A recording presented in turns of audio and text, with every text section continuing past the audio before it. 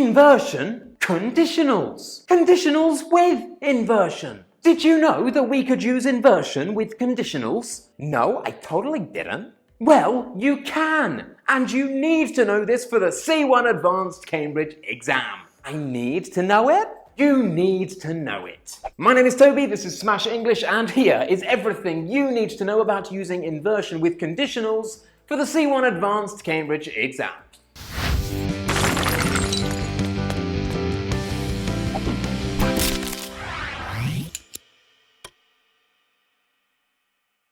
Before we begin, remember, usually in English we put the subject before the verb, but sometimes we put an auxiliary verb before the subject, and this is called inversion. We do this when we ask questions, we do this with so, neither and nor, and we often do this with negative adverbs of frequency. And if you are thinking now, Toby, I have no idea what you are talking about, well, that means you need to watch my video all about the basics of inversion. Right here. If you don't watch it and you don't know what inversion is, then this video will be very, very confusing. And that's a terrible thing. Let us start with a first conditional, and here is a very basic first conditional. If I get lost, I will be sure to contact you. We can create an inversion here by replacing if with should, and that's it. This makes a very, very formal first conditional. Doesn't it sound great? Should I get lost, I will be sure to contact you. Fantastic! Should you watch Smash English all day, every day, you will most definitely pass your Cambridge exam. Yes!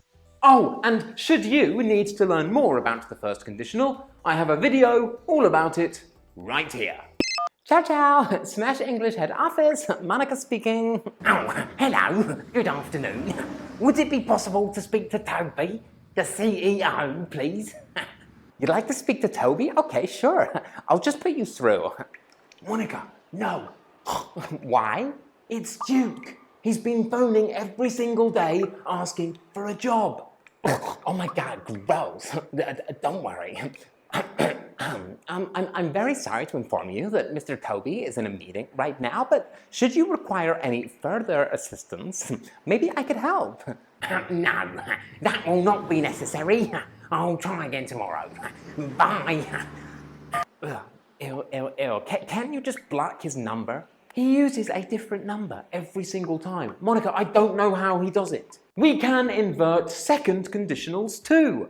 And this is my favourite grammar structure ever. So, here is a normal second conditional. If I became a dog trainer, I would train dogs to ice skate. Yeah.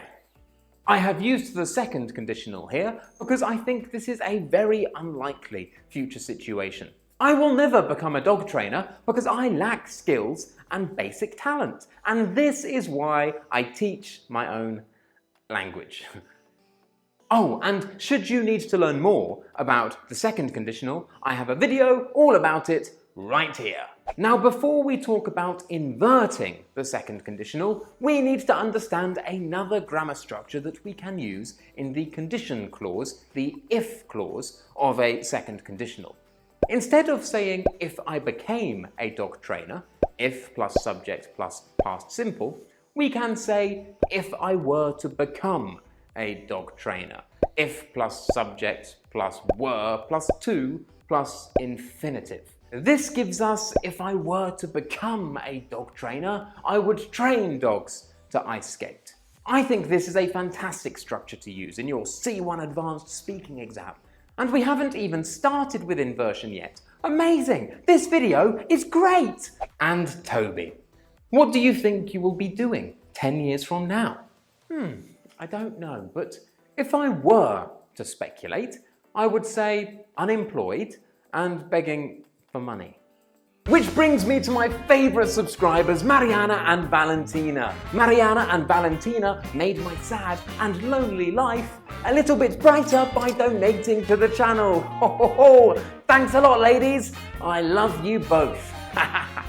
If you feel that my videos have helped you with your Cambridge exam preparation and you would like to say thank you with money, then please consider donating to the channel. Links will be in the comments and the description.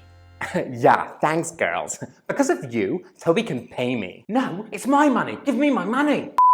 Toby, he's going to Carl again, and we can't just give him a job. He's a freak. Well, Monica, would it be so bad? Surely it'd be better than him calling every day. If I were to give him a job, he could clean, right? Well, he'd have a lot to do. Like, if he were to be the cleaner, he'd have to work all day, every day, like a slave. Toby, I've always wanted a slave. Oh! So how can we use this fantastic new structure that we have learned, if plus subject plus were plus to plus infinitive, to make an inversion? Well, it's really easy. We eliminate if and we put were before the subject. Done! Fantastic! Wow, Toby, that's great.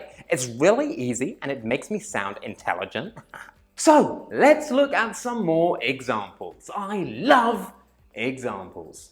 Were I to arrive late, my boss would be very angry. Were it not for Smash English, I would feel very depressed right now. Oh my god, oh my god, oh my god, oh my god. Come on, answer. Ciao, ciao. Smash English Head Office, Monica speaking. How may I be of assistance? Hello, can I speak to Toby, the CEO of Smash English, please? Okay, sure, yeah. I'll just put you through. Hello, Toby, the CEO speaking. Good afternoon, sir. Have you got a job? Yes, I do. I'm the CEO of Smash English.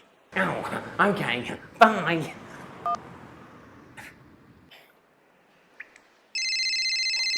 Hello, Toby, the CEO of Smash English speaking.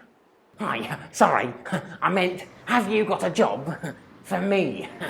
Oh, actually, Duke, I think we have just the position for you. Yeah? What is it?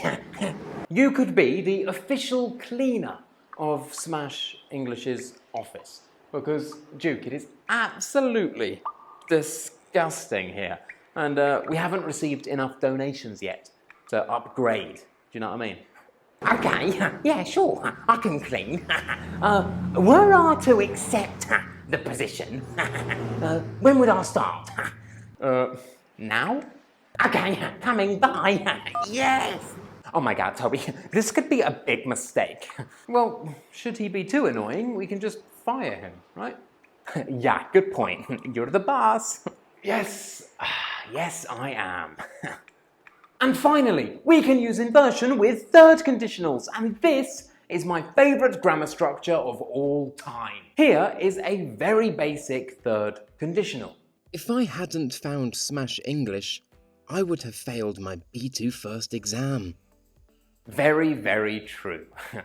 We are using the third conditional here because we are talking about an imaginary past situation. In reality, we did find Smash English and we did pass our B2 first exam. Of course we did. That is science. And should you need to learn more about the third conditional and when to use it and what the grammar is, then click that link there because I have another video all about it. Of course I do. I'm great. Using inversion with the third conditional is really, really easy. Hey! Whoa! Brilliant! This is great! I'm having fun making my video.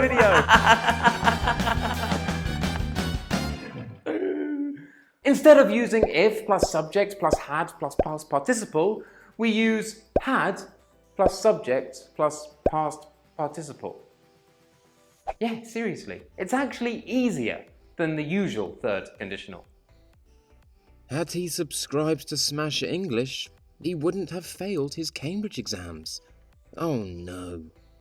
Oh wow, so tragic, so sad. Make sure you don't make the same mistake and subscribe. Okay, so I'm ready for my first day of work.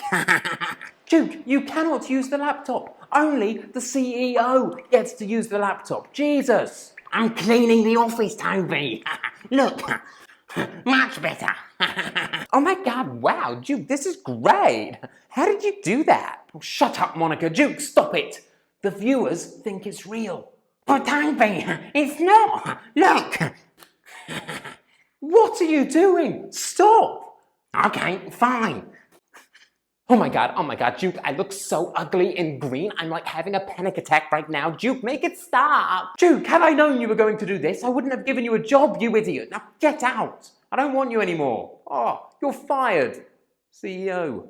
Oh, I was just trying to help. Stay calm, Monica. Monica, stay calm, stay calm. And with that, we are finished. Now you know everything you need to know about using inversion with conditionals for the C1 Advanced Cambridge exam. If you liked the video, don't forget to smash that like button, subscribe if you haven't already, leave a comment down below. My name is Toby, and this was Smash English.